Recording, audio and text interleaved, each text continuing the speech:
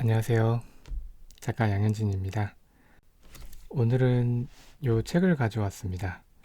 병의 90%는 걷기만 해도 낫는다.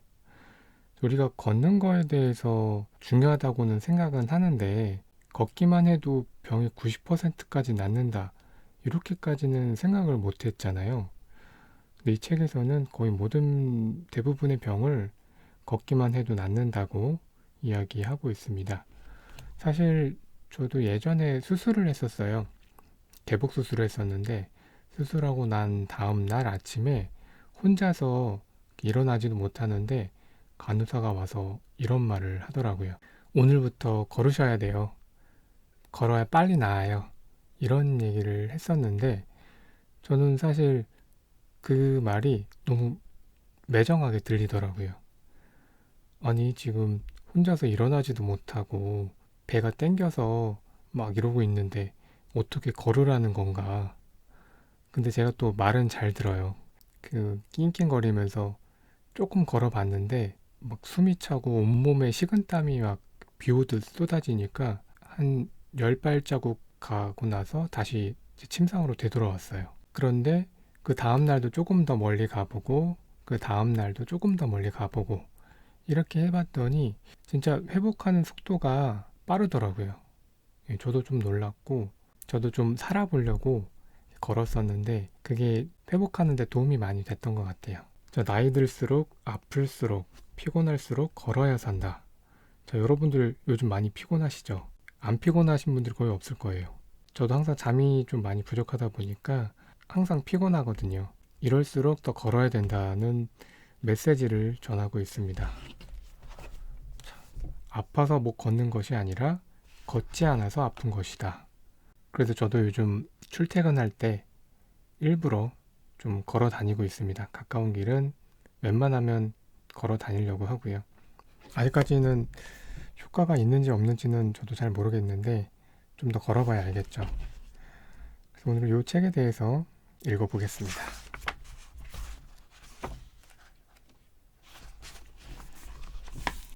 운명을 바꾸는 걷기의 힘. 걷기만 해도 병이 낫는다고? 말도 안 돼. 과장이 너무 심한 거 아니야? 독자 여러분의 목소리가 들리는 듯하다. 병의 90%가 낫는다는 증거라도 있습니까? 이렇게 묻는 사람이 있다면 내볼 수 있는 구체적 근거가 없으므로 과장이라 해도 어쩔 도리가 없다. 하지만 걷기를 잊고 지내는 시대인 만큼 병의 90%는 걷기만 해도 낫는다는 마음으로 걸었으면 하는 바람에서 감히 이 같은 제목을 붙였다. 나는 효고현 아마가사키 시에서 나가오 클리닉이라는 병원을 운영하는 동네 의사다. 동네 병원인 만큼 외래 진료에는 다양한 환자가 내원한다. 고혈압, 당뇨병, 고지혈증 등의 생활 습관병을 앓는 환자, 소화기관이 좋지 않은 환자, 우울증이나 불면증을 겪는 환자, 치매 환자, 암 환자, 무릎이나 허리에 통증을 느끼는 정형외과 쪽 환자까지 다양한 질환과 증상으로 고생하는 환자들이 진료실을 찾기 때문에 치료 방법은 다르지만 어떤 병이든 공통으로 나누는 대화가 있다.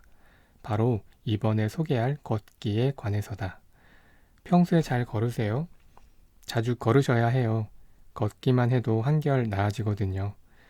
진료실을 찾는 환자들에게 매일 하는 말이다.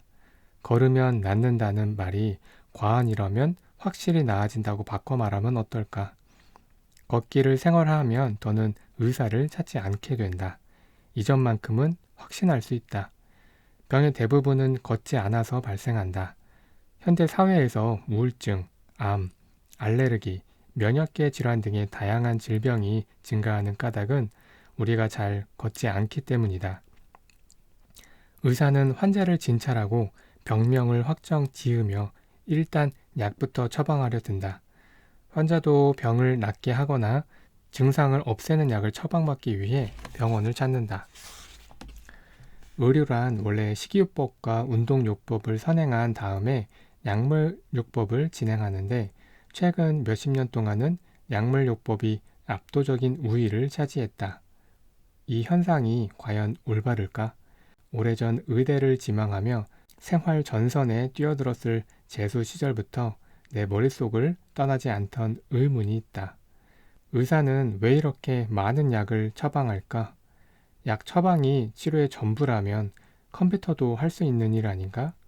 고성능 컴퓨터라면 문진 결과를 근거로 병명을 파악하고 필요한 약을 고르는 작업 정도는 자동으로 가능할지도 모른다.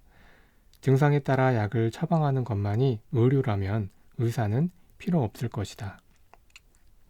환자의 생활 습관을 바로잡아 병증을 완화시키거나 완치하는 것, 건강을 해치는 생활 습관을 고칠 수 있도록 조언하는 것이야말로 의사의 본분은 아닐까?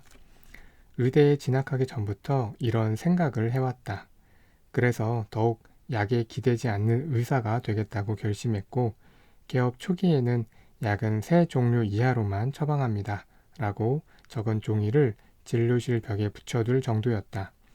그러나 다른 병원의 소개를 받아 내원하는 환자가 늘어나면서 그럴 수도 없게 되었다. 환자가 가져온 소견서를 보면 10에서 20종류나 되는 약을 복용 중일 때도 있기 때문이다. 그 많은 약을 갑자기 중단할 수는 없었다. 복용량이 너무 급격히 변하면 오히려 위험이 따르므로 아주 조금씩 줄여야 했다. 그러는 사이 약은 3종류 이하라는 원칙을 지킬 수 없게 되었다. 걷기에 관한 책을 쓰고자 마음먹은 까닭은 누구나 걷기가 몸에 좋다는 사실을 알면서도 너무 당연한 나머지 오히려 등한시하기 때문이다. 아울러 약 지상주의를 재점검하고 싶은 마음도 있었다. 텔레비전의 건강정보 프로그램에서 소개한 먹거리를 끼니마다 식탁에 올리거나 종아리를 마사지하면 혈액순환이 좋아진다는 말을 듣고 매일 종아리를 주무르는 사람이라도 걷고 계세요 하고 물어보면 아니요, 시간이 없어서요 라고 대답하기 일쑤다. 걷기가 건강에 좋다는 사실을 알면서도 실천하지 않는 사람이 많은 이유는 걷기가 얼마나 중요한지 모르기 때문일 것이다.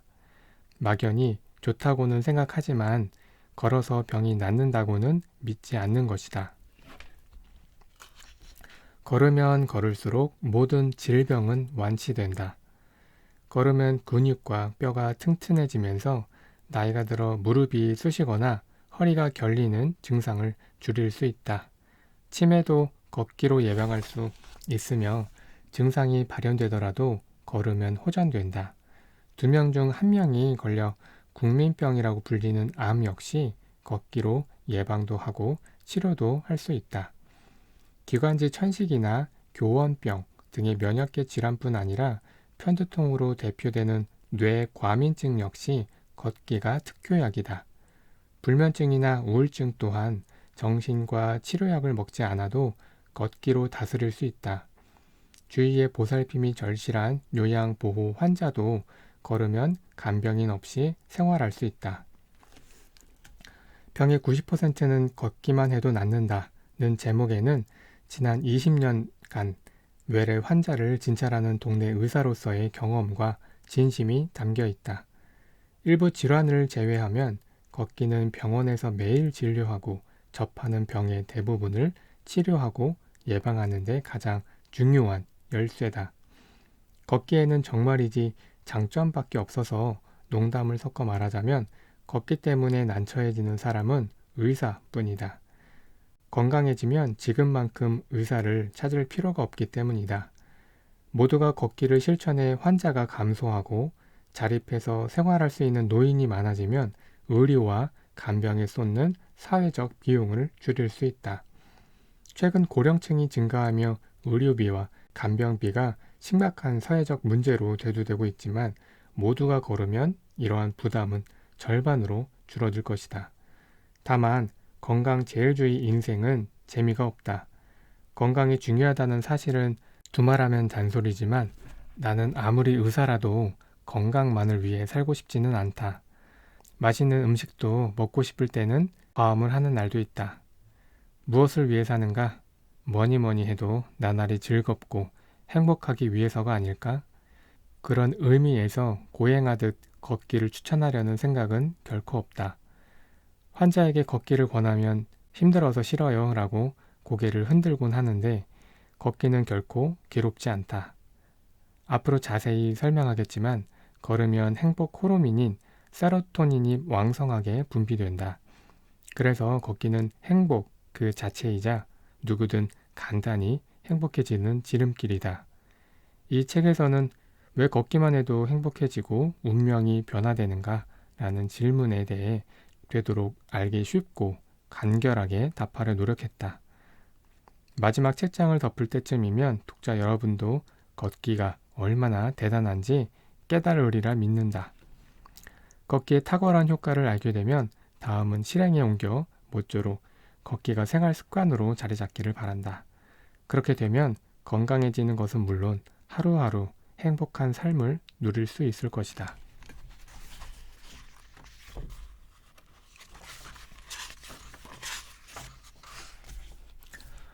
걷지 않는 현대인은 늘 아프다. 당뇨병 환자 950만 명으로 증가, 고혈압 환자 전국적으로 4천만 명에 육박, 고지혈증 환자가 2천만 명이라니 치매 환자 460만 명, 예비군까지 더하면 900만 명으로 밝혀져 신규 암 환자 연간 100만 명 발생, 국민의 37만 명이 매년 암으로 생명 잃어 해마다 위와 같은 뉴스가 꼬리에 꼬리를 물고 귀에 들어온다. 이어서 질병 발생률이 심상치 않습니다. 10년 뒤에는 더욱 증가하리라 예상됩니다. 정말 큰일입니다. 하며 다소 호들갑 섞인 해설이 이어진다. 그러나 이 병들의 대부분은 단순히 걷지 않는 생활 방식이 원인일 수 있다. 오키나와의 위기라는 말을 들어본 적이 있는가? 오키나와현은 한때 일본 제1의 장수촌으로 명성이 자자했다. 실제로 1985년에는 남녀 모두의 평균 수명이 전국 1위를 차지할 만큼 명실상부한 1등 장수현이었다. 그러나 2000년이 되자 남성의 평균 수명이 전국 47개 행정구역 중 26위로 곤두박질 쳤다. 2010년 조사에서는 30위까지 전락했다. 반대로 65세 미만의 사망률은 최고치를 기록했다. 한편 오키나와현 여성의 평균 수명은 2005년까지 전국 1위를 유지했고 2010년 조사에도 3위를 기록하며 여전히 상위권을 지켰다. 그러나 이 순위들은 사실 장수 할머니들이 평균 수명을 끌어올린 결과일 뿐이다. 남성과 마찬가지로 여성의 65세 미만 사망률 역시 2010년에는 전국에서 가장 높은 결과를 나타냈다. 오키나와에 사는 65세 미만 인구의 사망률이 전국에서 가장 높은 까닭은 무엇일까? 우선 식생활을 원인으로 꼽을 수 있다. 예부터 오키나와에는 식이섬유가 풍부한 삶은 고구마를 주식으로 삼았는데 제2차 세계대전 패배 후 미군의 통치를 받는 동안 서구의 고지방, 고칼로리 식사가 일상생활에 파고들었다. 도쿄 긴자에 위치한 맥도날드 1호점보다 약 10년이나 앞서서 패스트푸드 점포가 진출했고 순식간에 패스트푸드 천국이 되었다. 그 결과 대사증후군 환자가 증가했다. 오키나와의 장수 순위가 추락한 주요 원인을 하나 더 꼽자면 승용차의 의존율이 높은 자동차 중심 사회로 변화하면서 사람들이 점차 걷지 않게 되었다는 점이다. 오키나와는 더위가 지독한 데다 택시비가 저렴하기 때문에 어릴 적부터 짧은 거리도 두 다리를 쓰는 대신 택시를 이용하는 사람이 많다고 한다. 결국 모든 문제는 식사와 운동이다. 내가 운영하는 병원에는 관리 영양사 4명이 근무하는데 환자들은 언제든지 영양 상태를 상담받을 수 있다. 류머티즘 관절염 같은 교원병, 아토피성 피부염, 기관지 천식, 편두통 등 언뜻 식사와 무관해 보이는 병이라도 식생활을 개선함으로써 약 없이 간단히 치료가 가능한 환자도 적지 않다. 그렇다면 식사와 운동 중 어느 쪽이 먼저일까? 양쪽 모두 중요하지만 몸을 움직이지 않으면 배가 고파질 일도 없다. 아무리 균형 잡힌 식사를 해도 칼로리를 소비하지 않으면 영양 과다에 빠지기 쉽다. 그러니 우선 몸을 움직이고 걸어야 한다. 400년 전 사람들은 매일 3만 보를 걸었다. 요즘 하루에 10,000보를 걸으세요 라고 말을 자주 듣지만 약 400년 전인 에도 시대의 서민은 대체로 3만 보를 걸었다고 한다. 현대인보다 6배나 많은 수치다. 당시에는 자동차도 없었고 업무 시간 내내 컴퓨터 앞에 앉아서 일하는 사무직도 없었으니 무슨 일을 하건 우선 걸어야 했을 것이다. 19세기 말에서 20세기 초반에 살았던 사람들도 제법 많이 걸었는데 당시 회사원의 보행량은 에도시대 서민과 비슷했다고 한다. 대중교통이 확충되고 자전거, 오토바이, 자동차 등 편리한 교통수단이 보급된 뒤로는 좀 걸어볼까 하고 의식하지 않으면 걷지 않게 되었다. 여러분은 하루에 몇 걸음 정도를 걷는가? 저는 꽤 걷는 편이에요 하고 자부하는 사람이라도 하루 3만 보에는 당연히 미치지 않을 것이며 만보계를 측정하면 기껏해야 6천에서 7천 보 정도가 나올 것이다. 기업 임원처럼 운전기사가 딸린 전용 차량으로 출퇴근하는 사람은 하루 몇백 보에 그치기도 한다. 회사원은 직급이 오를수록 걷지 않는다는 연구 결과도 있다. 이 조사에 따르면 과장 및 차장급은 하루 평균 700보, 부장급은 하루 평균 5,000보, 승용차를 제공받는 임원급은 하루 평균 3,000보를 걷는다고 한다. 생활이 편리해지고 사회적으로 높은 지위에 오를수록 역설적으로 건강에서 멀어진다. 그러니 지난 반세기를 걷기를 잃은 시대이기도 하다. 에도 시대의 건강요법서 중에는 가이바라 에키켄이 쓴 양생훈이라는 유명한 책이 있다. 에키켄은 이 책에서 약을 쓰지 않고 건강하게 오래 사는 양생법을 제안했고 본인 역시 85세까지 장수를 누렸다. 금욕적인 생활만 강요하겠군 하는 거부감이 들지 모르지만 본문을 자세히 읽어보면 그렇지도 않다. 에키케는 술을 즐겨 마신 듯하고 육식도 했으며 성욕 또한 억지로 참으면 몸에 나쁘다고 주장하는 등 결코 쾌락을 부정하지 않았다. 다만 지나침을 금할 뿐이었다. 욕구란 무턱대고 억누르기만 해도 해롭고 맹목적으로 쫓기만 해도 해로운 법이다. 포만감의 80%만 채우는 식사가 건강에 좋다는 말처럼 에키켄도 무슨 일이든 조금 모자란 정도가 딱 좋다고 말했다. 양생우는 이처럼 식사, 음주, 성생활 등에서 균형을 지키는 생활 방식이 얼마나 중요한지를 거침없이 밝히는데 신기하게도 걷기는 거의 다루지 않는다.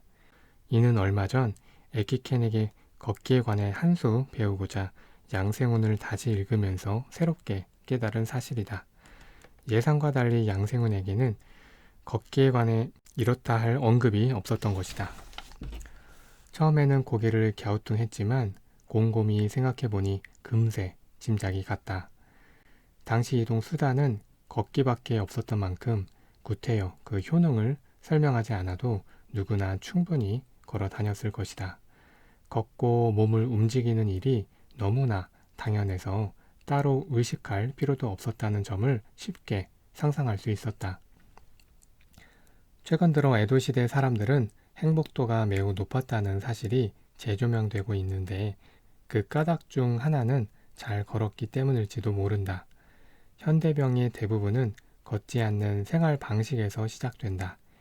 에키케는 사람이 이처럼 걷지 않는 시대가 오리라고는 상상도 못했으리라. 허리와 무릎이 아픈 사람에게 추천하는 걷기법.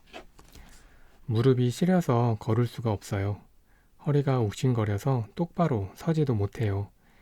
걷기를 추천하면 이런 반응을 보이는 환자가 많다. 어느 정도 나이가 들면 무릎과 허리를 비롯해 온몸이 삐걱거리기 시작한다. 그러나 나이를 핑계로 몸을 사리며 걷지 않으면 점점 쇠약해질 뿐이다.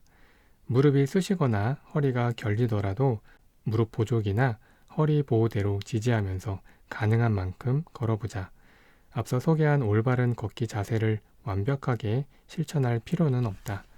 본인의 컨디션에 맞춰 무리하지 않는 범위 내에서 걸으면 된다. 65세 이상 인구의 3명 중 1명이 손발 관절의 통증에 시달린다고 한다. 관절의 통증이 생기는 대표적인 질환은 변형성 무릎 관절증이다. 관절을 보호하는 연골이 닳아서 붓고 아픈 증상이 나타나는데 심각해지면 관절 부분의 뼈가 변형된다. 변형성 무릎 관절증이 발생했을 때 여기서 더 아프면 어떡하지? 움직이면 아플 텐데 하는 걱정으로 걷지 않으면 관절을 지탱해 주던 주변 근육까지 손실돼 오히려 증상이 악화된다. 따라서 무릎이 뻣뻣하거나 관절 통증이 시작되면 걷기를 잊지 말아야 한다. 연골이 다른 원인은 나이 탓도 있지만 과격하고 잘못된 운동 습관이나 비만 체형도 무시할 수 없다.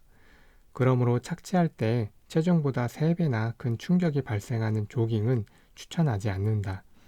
다리가 O자 모양으로 휘는 오다리는 일본 사람에게 많은데 특히 무릎 안쪽에 체중이 실리기 때문에 안쪽 관절이 닳는 사람이 많다.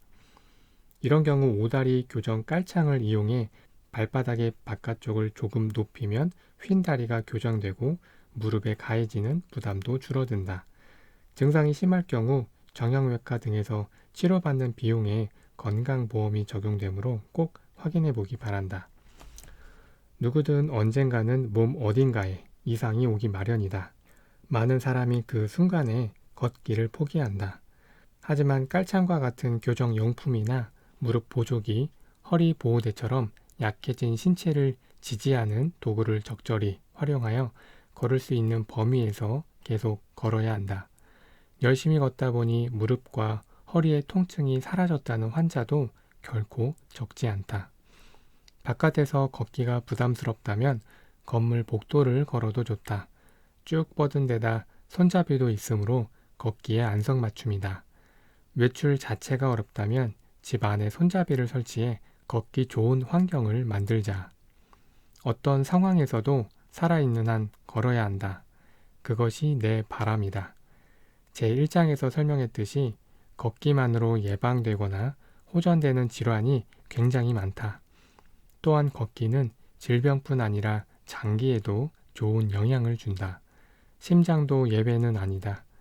예전이라면 심장병 환자는 안정을 최우선으로 삼았지만 지금은 심장이 약한 사람일수록 걸어야 한다는 쪽으로 의식이 변하고 있다. 걸으면 낮은 강도로 심장 박동수가 상승하기 때문에 심장 재활로 이어지기 때문이다. 아키히토 일왕도 심장의 관상 동맥 대신 별도의 혈관을 연결하는 바이패스 수술을 받은 뒤 심장 재활을 계속했다고 한다. 심장 재활이란 심장에 가벼운 부담을 주는 운동을 가리킨다. 걷기야말로 심장 재활의 기본이다. 아키히토 일왕도 수술 직후부터 재활에 매진한 결과 수술 전보다 체력이 좋아졌다고 한다. 파킨슨병 등 신경성 난치병 때문에 점점 힘이 빠지는 사람도 간병인이나 가족의 부축을 받더라도 걷기를 포기하지 않았으면 한다. 만약 걸을 수 없게 되더라도 이동 자체를 포기하지는 말자. 휠체어에 앉아서도 지하철은 물론 기차나 비행기를 탈 수 있다. 어떤 항공사는 휠체어를 탄 고객에게도 완벽한 서비스를 제공한다. 철도회사 직원들도 꾸준히 연습하기 때문에 척척 도울 수 있다. 관광버스 중에는 휠체어를 탄 사람이 편하게 탑승할 수 있도록 리프트를 설치한 차량도 있다. 그러니 관광이든 여행이든 본인이 포기하지 않는 한 즐거움을 누릴 수 있다. 걸으면 뇌가 활성화된다고 설명했는데 이동만 해도 눈, 코, 귀를 통해 새로운 자극이 전달돼 뇌가 활성화된다. 본인은 다리로 걷지 못하고 휠체어 위에서 생활한다는 핑계로 집 안에서만 지낸다면 단조로운 일상을 보내기 쉽다. 이동을 하면 온도와 공기가 달라지고 바람소리, 사람들의 말소리, 꽃향기 등 다양한 변화가 느껴진다. 이러한 자극이 중요하다. 외출한 곳에서 처음 만난 사람과 한두 마디 대화를 나누는 일도 있으리라. 사람은 타인은 물론 자연과 더불어 살아가는 생물이다. 뇌를 젊게 유지하려면 걸어야 한다. 걷지 못할 때는 휠체어를 타고서라도 이동을 멈춰서는 안 된다. 수면 연장, 더 이상 꿈이 아니다. 사람의 몸은 다양한 신체 기관의 집합체다. 앞서 설명했듯 잘 걸으면 신체 기관에 좋은 영향을 준다. 무엇보다 뇌가 젊어진다. 걷기를 통해 각 신체 기관의 젊음을 지킨다면 그것은 곧 장기의 집합체인 우리 몸이 젊게 유지된다는 뜻이다. 걸으면 암과 치매에 걸릴 위험이 줄어든다. 절대로 걸리지 않는다라고 잘라 말하기는 어렵지만 발병 위험은 분명히 감소한다. 당연히 수명도 연장된다. 걷기에는 정말이지 좋은 점밖에 없다. 이제는 100세 이상의 장수 어르신들이 드물지 않은 시대가 되었다. 100세를 넘긴 초고령자를 가리켜 백수자라고 하는데 1950년 일본의 백수자는 100여 명 뿐이었다. 그런데 2009년에는 4만 명을 넘었고 최근 보도에 따르면 6만 명을 돌파했다고 한다. 내가 진료하는 환자 중에도 백수자가 점점 늘어서 지금은 10명이 넘는다. 현재 선진국에서는 하루에 5시간씩 평균 수명이 연장된다고 한다. 2045년에는 평균 수명이 100세로 늘어날 것이라고 예측하는 학자도 있다. 어디까지 현실이 될지는 모르지만 현재 상황을 고려하면 평균 수명이 점점 연장되리라는 전망에는 의심의 여지가 없다. 생각해보면 제2차 세계대전 패전 후인 1950년 일본인의 평균 수명은 남녀 모두 약 50세였다. 그 점을 고려하면 현재는 평균 수명이 80세를 넘겼으니 정말 굉장한 신장률이다. 평균 수명이 연장된 만큼 이제는 단순히 오래 살기보다 건강하게 오래 살기 위한 건강 수명이 더욱 주목받고 있다. 건강 수명이란 건강상의 문제 없이 일상생활을 영위하는 기간을 가리킨다. 긴 세월 몸져 눕거나 맛있는 음식을 먹지 못하거나 가고 싶은 곳에도 마음껏 갈 수 없는 생활을 한다면 아무리 천수를 누려도 그저 기쁘지는 않을 것이다. 누구나 시름시름 앓기보다 팔팔하게 장수를 누리고 싶은 법이다.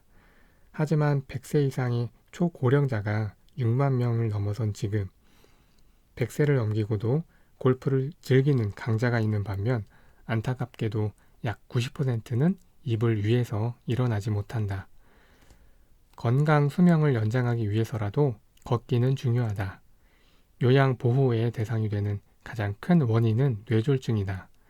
그 다음은 치매다. 혈관 노화는 나이도 원인이지만 고혈압, 당뇨병, 고지혈증, 비만 등 걷지 않아서 발생하는 질병 때문에 더욱 심해진다. 치매 역시 평소에 부지런히 걷는 사람보다 잘 걷지 않는 사람이 걸리기 쉽다.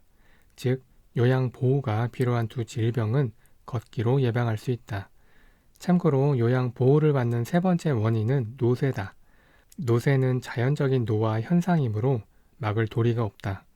지금까지 800명이 넘는 환자를 간호하고 임종을 지키며 오래 산다는 말은 천천히 갓난아이로 돌아간다는 뜻이 아닐까라는 생각을 하게 되었다. 그것이 바로 노쇠라고 말이다. 많은 사람들이 다른 사람에게 피해를 주지 않고 죽고 싶다는 생각을 한다. 노인들은 이 사람 저 사람 고생시키기 전에 저승길로 떠나고 싶다는 말도 자주 한다. 그러나 생의 마지막이 되면 누구나 일정 기간은 수발을 드는 사람이 필요하다. 다만 다른 사람에게 부담이 되기 싫다는 바람이 진심이라면 그 기간을 줄이기 위해서라도 매일 걸었으면 한다. 건강 수명이라는 말을 들으면 88 꼴가닥이 생각난다. 건강 장수로 유명한 나카노 현에서 시작된 이 캠페인으로 88 꼴가닥 죽고 싶다는 말이 유행처럼 번지기도 했다. 이 말은 팔팔한 모습으로 건강하게 살다가 어느 날 갑자기 꼴가닥 죽기를 바란다는 뜻이다. 이 88 꼴가닥의 88이란 어떤 상태를 가리킬까? 걸을 수 있다는 의미가 아닐까? 팔팔하게 걷다가 꼴가닥 죽는다. 즉, 건강 장수란 마지막까지 걷는다는 뜻이다. 사회적으로도 노인이 걷기 쉬운 환경을 만들어야 한다. 현대 지방도시에서는 분산된 공공시설, 상업시설, 주거지역 등을 한 곳으로 집중시키는 콤팩트 시티 조성이 시작되었다. 그 안에 노인들이 안전하게 걸을 수 있는 실버존이 더욱 확보되었으면 한다. 장애인 올림픽에서는 100m를 11초, 12초에 주파하는 의족 선수가 있다. 골프 경기에서도 사고로 한쪽 다리나 팔을 잃고 다른 한쪽으로만 승부를 겨루는 의족 골퍼나 외팔 골퍼도 있다. 그들의 활약을 볼 때마다 인간의 가능성이 얼마나 무한한지 깨닫는다. 나이가 들거나 몸이 불편해도 할 수 있는 일은 아직 많다. 상황이 나쁘면 나쁜 대로 방법을 강구해 최대한 걸었으면 한다.